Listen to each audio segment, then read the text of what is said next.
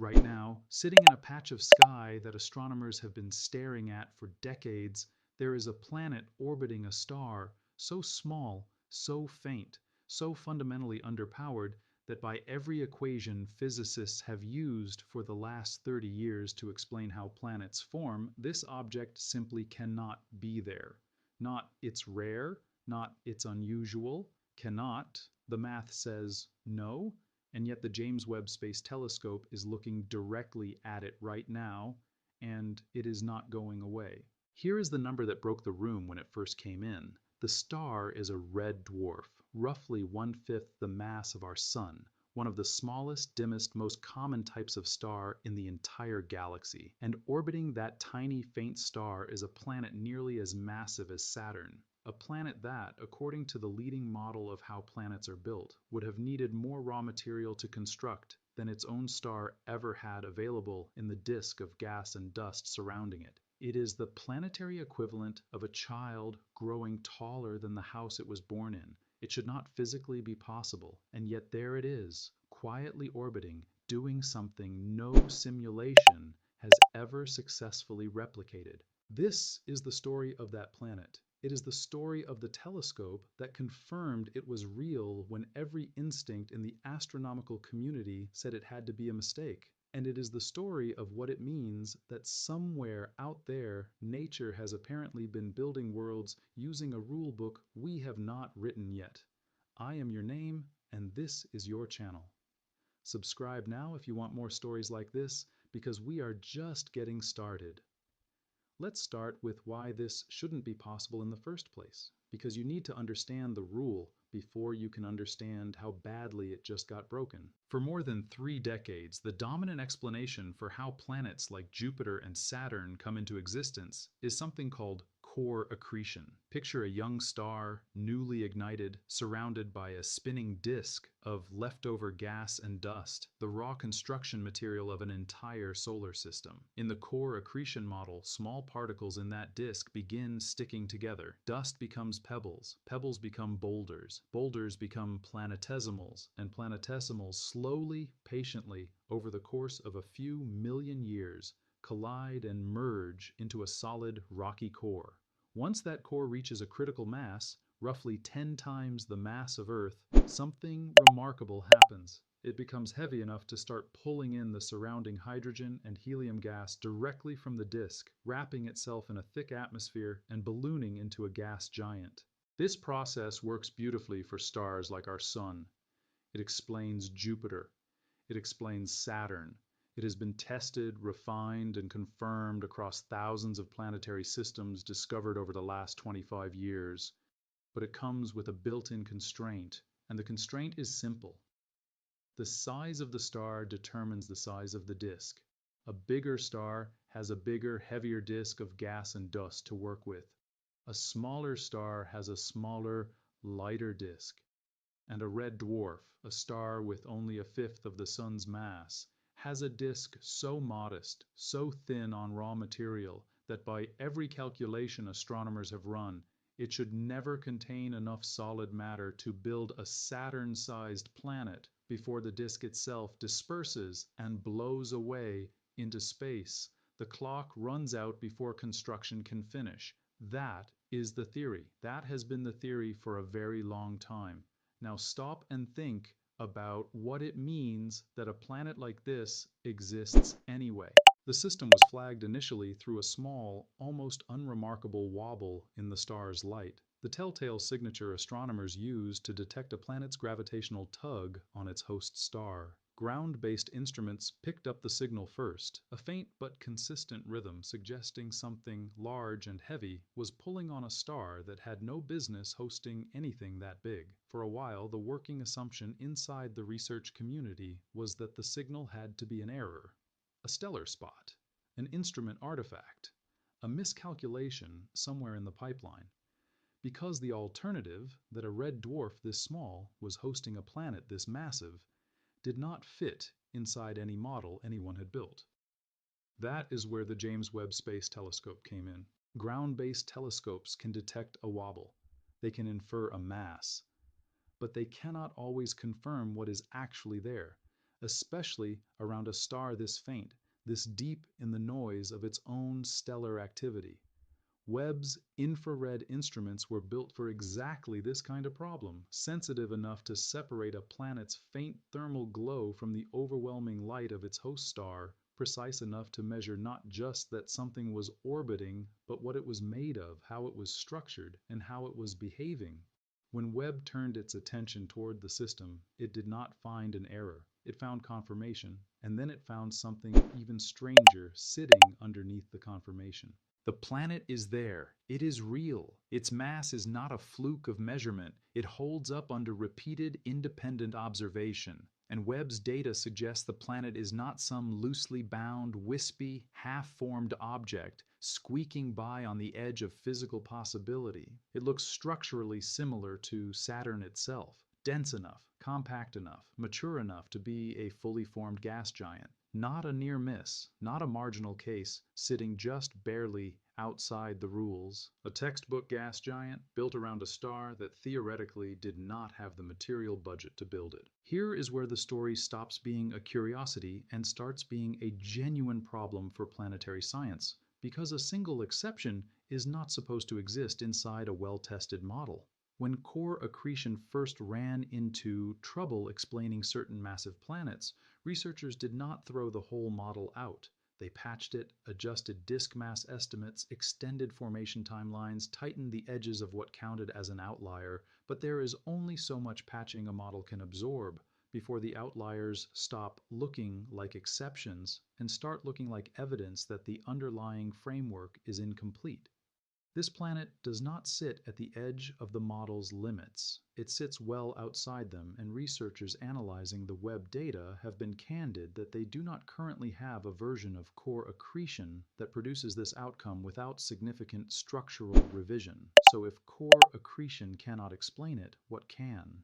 There is a second theory of planet formation that has existed alongside core accretion for years, always treated as the less favored alternative. The model invoked only when core accretion clearly failed. It is called gravitational instability, and it describes a completely different construction process. Instead of slowly building a planet particle by particle over millions of years, gravitational instability proposes that a massive, cold, sufficiently unstable disk of gas can, under the right conditions, collapse directly under its own gravity all at once, condensing large clumps of gas straight into a planet in a matter of thousands of years rather than millions.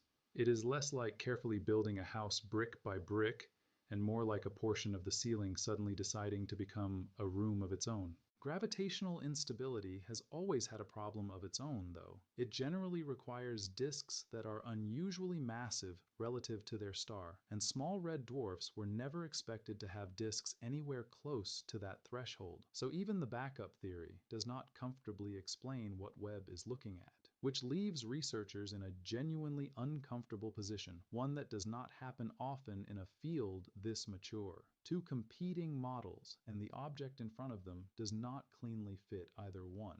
Think about what that actually means for a moment. This is not a debate over an ambiguous borderline case. This is a fully confirmed, well-measured planet that neither of our two leading theories for planet formation can comfortably produce.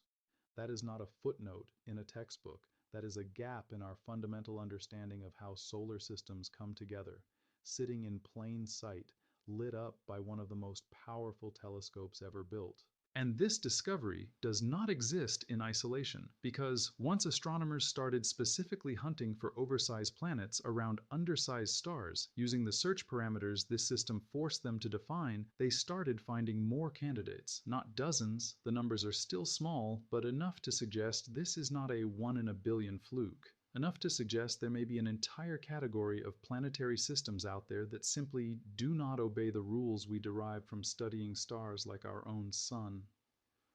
Webb has since been tasked with following up on several of these candidate systems using the same infrared spectroscopy that confirmed the first discovery, checking whether each new signal represents another impossible planet or simply another measurement error waiting to be ruled out.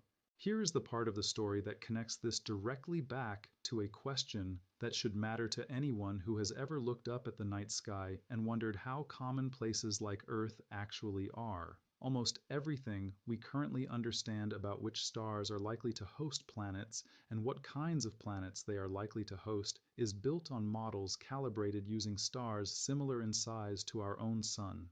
Red dwarfs, though, are not a minor category. They are the single most common type of star in the entire Milky Way, making up the overwhelming majority of stars in our galaxy. If the rules governing what red dwarfs can and cannot build around themselves are wrong, even partially wrong, then the implications ripple across the majority of star systems in the galaxy, including a significant fraction of the red dwarf systems currently being scanned for potentially habitable Earth-sized worlds. If our models are underestimating what small stars are capable of producing, then some fraction of the impossible or unlikely planetary configurations that have been quietly dismissed or deprioritized in past survey data may deserve a second look. Systems that were passed over because a big planet around a small star seemed too improbable to bother confirming might now be sitting in old datasets, unflagged, waiting for someone to go back and check. Now let's talk about the part of this story that almost derailed the entire discovery before it ever reached a peer-reviewed paper, because the road to confirming this planet was not smooth, and it involved exactly the kind of quiet, grinding uncertainty that rarely makes it into headlines.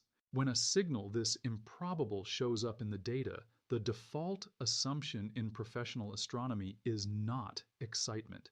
It is suspicion. Extraordinary claims of this kind have a long, embarrassing history of turning out to be instrumental noise, stellar activity mimicking a planetary signal, or simple statistical bad luck.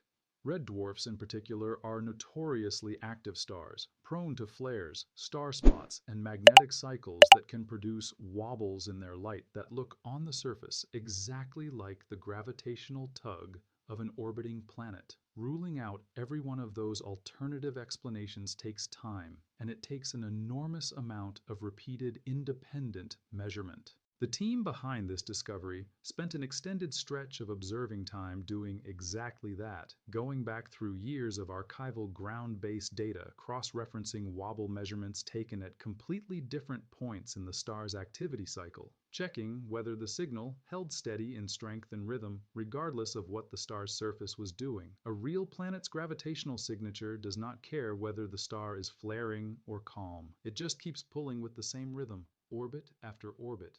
Like clockwork, a false signal caused by stellar activity tends to drift, to weaken and strengthen unpredictably as the star's surface changes. The signal from this system held its rhythm. It did not waver. It behaved exactly like a real physical planet should behave, and that consistency is ultimately what justified committing expensive, high-demand Webb observing time to the target in the first place, time that thousands of competing research proposals were also asking for. Even after Webb confirmed the detection, the mass estimate itself required careful cross-checking because getting it wrong in either direction would completely change the story. Undersell the planet's mass, and it becomes an unremarkable, if slightly large, gas giant around a small star. Mildly interesting, but not paradigm challenging. Oversell it, and the whole finding risks becoming exactly the kind of overhyped, poorly substantiated claim that damages trust in exactly the kind of careful science this discovery actually represents. The team's published mass estimate sits comfortably in the range that makes this planet a genuine anomaly without requiring extreme, unsupported assumptions, which is exactly why it is held up under scrutiny from independent researchers rather than collapsing the way overreaching claims sometimes do. So, where does this leave planetary science right now? In the middle of an era when Webb is actively rewriting large sections of what we thought we understood about how solar systems come together? The honest answer is that nobody currently has a complete explanation, and the researchers who worked on this discovery have been unusually candid about that uncertainty rather than papering over it with a confident sounding but shaky theory. Some have proposed that the planet may not have formed in place at all, that it could have originated further out in the disk, in a region where gravitational instability was more plausible, and then migrated inward over time to its current orbit. Others have suggested that our models of disk mass around red dwarfs may simply be wrong, that these small stars may retain far more raw planet-building material in their early years than current observations have been able to detect. Both explanations are plausible, neither is confirmed, and until more systems like this one are found and studied, the honest scientific position is that this planet remains, for now, a genuine outlier that current theory cannot fully explain. That uncertainty is not a weakness in the story. It is the entire point of it, because this is what real scientific discovery actually looks like, not a tidy answer delivered with total confidence, but a genuine crack in a well-established model found by a telescope powerful enough to see past the noise and precise enough to force the question to be asked properly. Webb was not built to simply take prettier pictures of things we already understood. It was built to find exactly this kind of contradiction, the kind that cannot be explained away, the kind that means someone, somewhere, has to go back and rebuild part of the framework. Every year, Webb continues scanning red dwarf systems across the galaxy, and every additional candidate system that gets confirmed adds another data point to a picture that is still, right now, incomplete. Somewhere in the queue of proposals currently waiting for observing time is very likely the next system that will either explain this anomaly or deepen it further. Nobody currently knows which. That answer is still being written, one confirmed orbit at a time, by a telescope that keeps finding things our models insist should not be there. If this is the kind of story you come here for, subscribe right now and turn on notifications, because we are going deeper into what Webb is finding at the edges of what science actually knows. Drop a comment below telling me what surprised you most about this one, and share it with someone who still thinks we've already figured out how solar systems work. Because right now, 4 billion miles from the nearest planet you'll ever set foot on, there is a world that broke the rule book, and the people trying to rewrite that rule book are only just getting started.